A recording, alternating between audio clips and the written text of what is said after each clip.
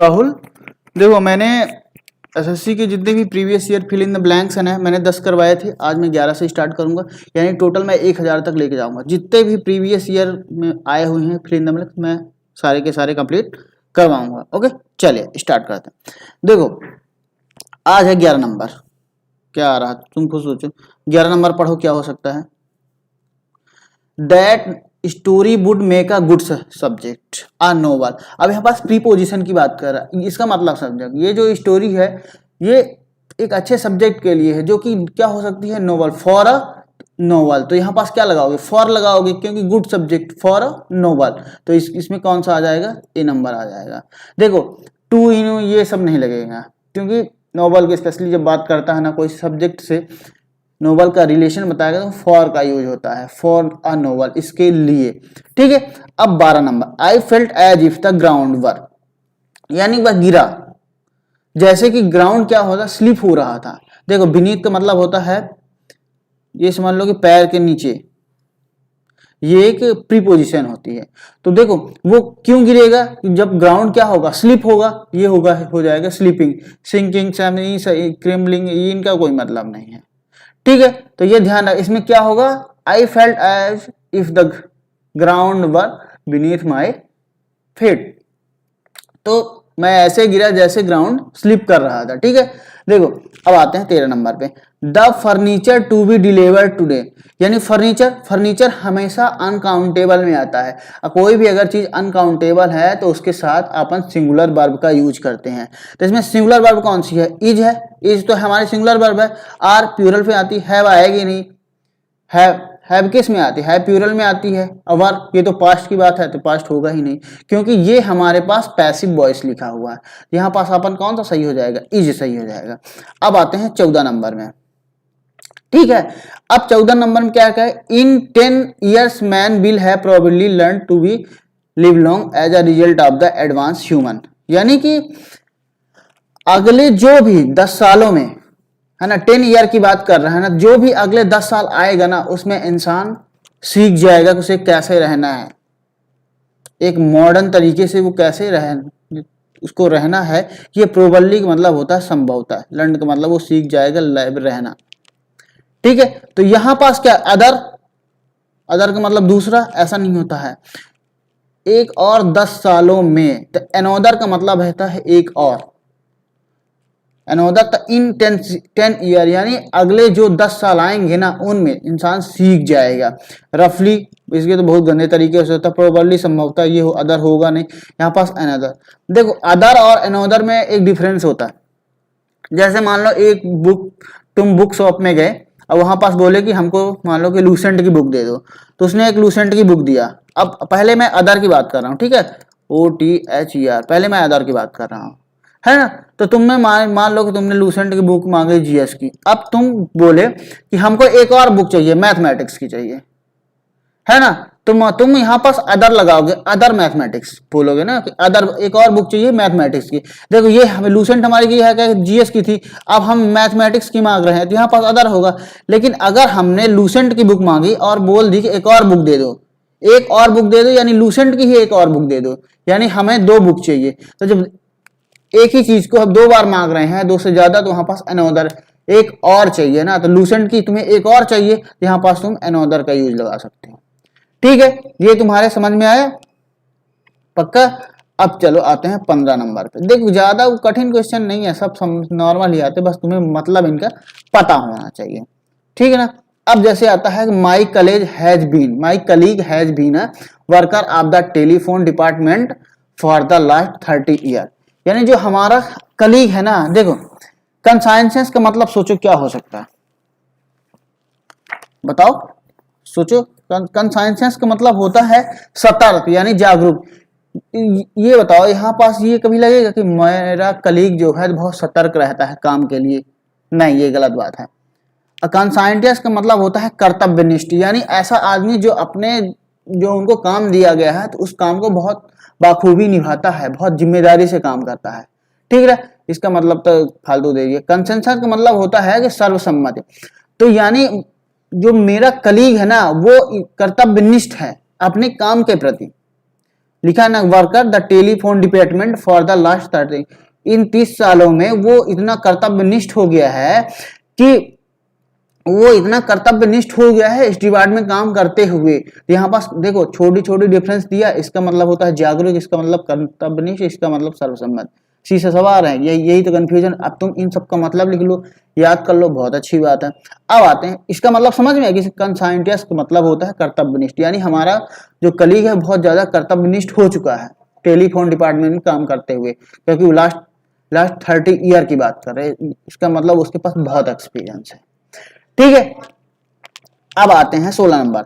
16 number में क्या है, she was muse memory of the past, यानी जो पास्ट की चीजें हैं। मेमोरी ऑफ द पास्ट का मतलब होता है जो पास्ट की चीजें हैं जो हमारी यादगार, जैसे हम टूर पे गए थे, कभी टेंपल पे गए थे, मॉम डैड के साथ घूमने गए थे, तो वो सोचेगी ना, विचार करेगी, यानी याद करेगी। तो ये देखो म्यूज ओवर का मतलब होता है, म्यूज ओवर का मतलब होता है कि याद करना।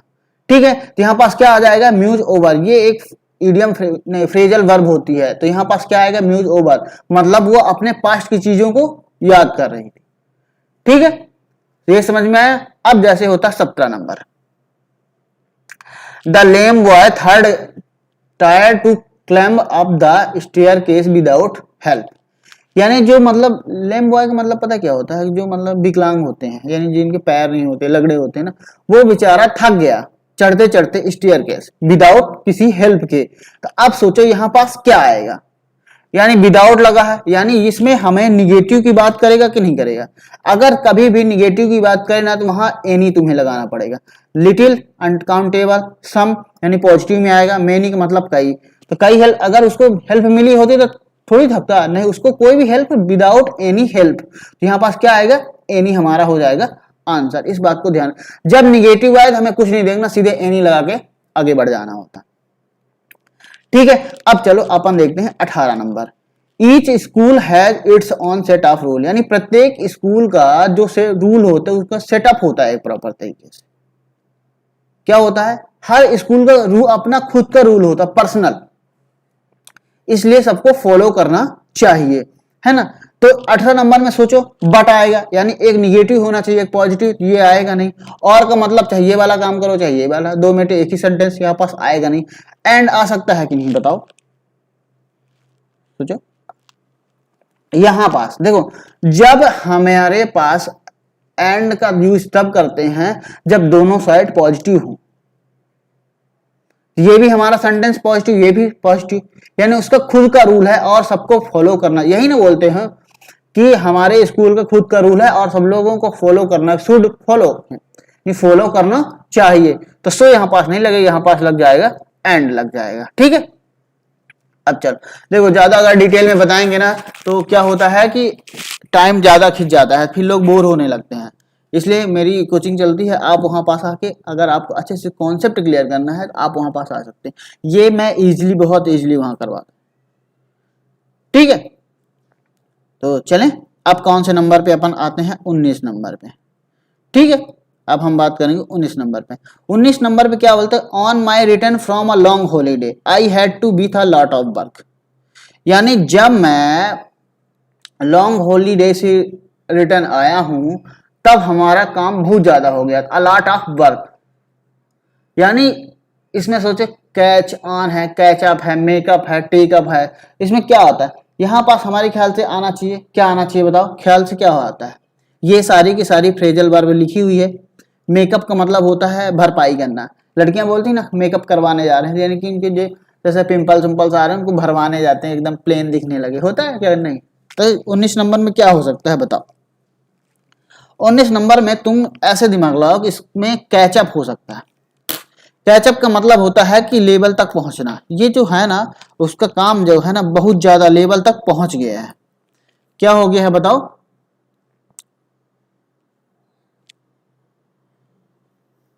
तो उसका जो काम है मतलब एक लेवल तक आ गया है।